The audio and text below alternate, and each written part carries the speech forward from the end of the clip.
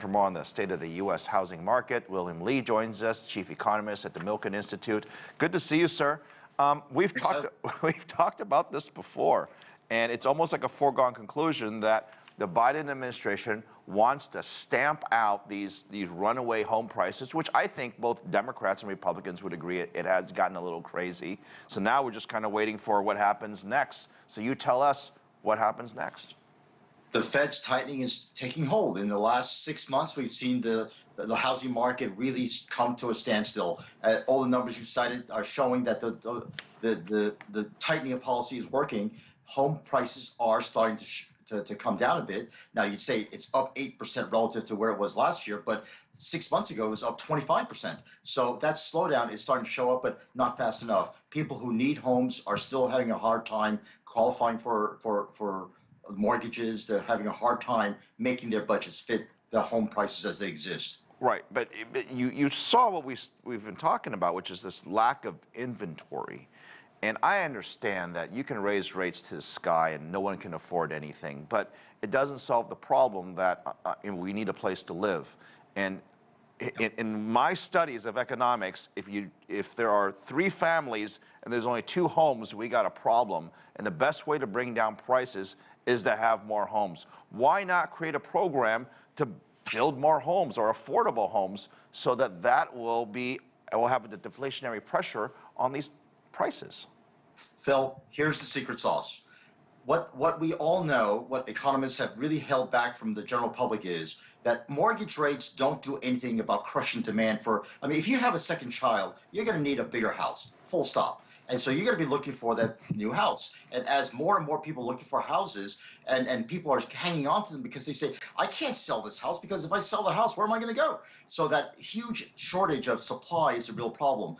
Right, rising rates are putting off purchases, but you can't put that finger in the dike for very long. The only way to increase the supply of housing is to increase the ability of companies to build houses. That means realtors and builders have to find land to build on. And what's keeping them from finding the land often would be state and local regulations that prevent housing from showing up in various parts of the county. So deregulation is something that is going to be very important as part of the formula for increasing supply.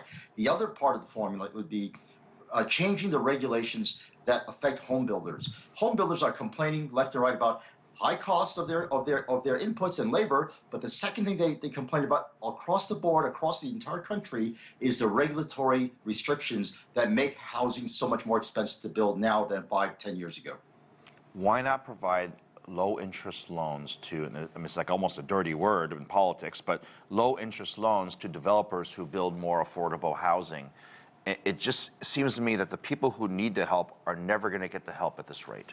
Hey, Phil, here's a zero cost way of doing even better. How about increasing the number of laborers who come in from Latin America and across our borders, skilled carpenters to help the trades and be able to allow the companies to have people to build the houses with?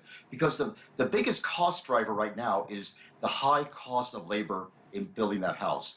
Increase the supply of skilled labor, and there you go. You have more cheaper housing. And this is weird, and you might know this, but I generally am a conservative. And so, but I'm also very much in favor of having more liberal policies when it comes to immigration that are ultimately good for the greater good, if you will. And I see affordable housing as probably one of the key spots that are going to be hitting this country, not just for the midterm elections, but also in 2024 as well. Let me ask you this. Are there parts of the country that are doing a little worse or a little bit better? Because it's not very fair that we say, well, the whole U.S. is up 8%, because that doesn't mean much, because I can't live in every single state.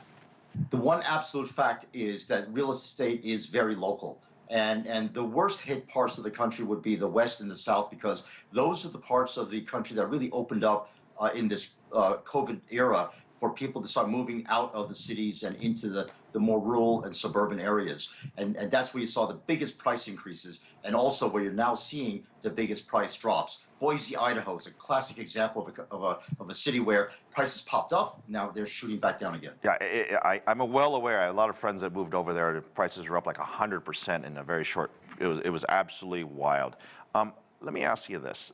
I spoke to a good friend of mine who was very, very well versed in the job market, and this is what this person said.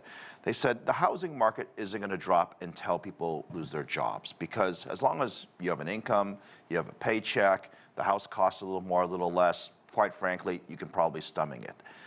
Once you lose your job or you see your neighbors lose their jobs, that's when we begin to panic.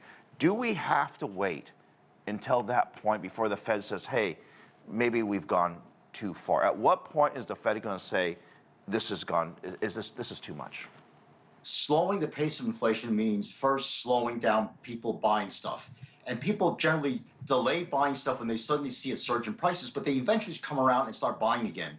The way you people stop buying is to say, my God, I'm going to lose my job. And if I lose my job, I got to save more now, because if I spend it all now, I'm going to be unemployed for 6 or 8 months, and I need that money.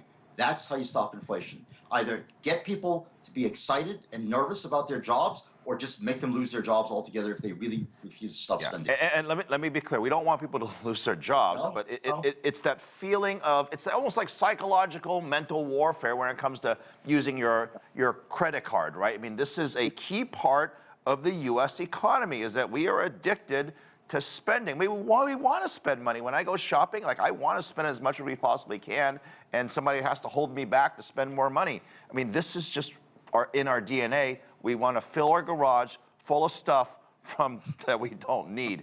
Give me one bright spot that you see out there in the market space very quickly, 10 seconds. Great thing happening is that people are getting more and more anxious, and they're starting to hold back on extra purchases with their credit cards. I hope the Fed's listening to you. William, good to see you. Thank you. With that, some companies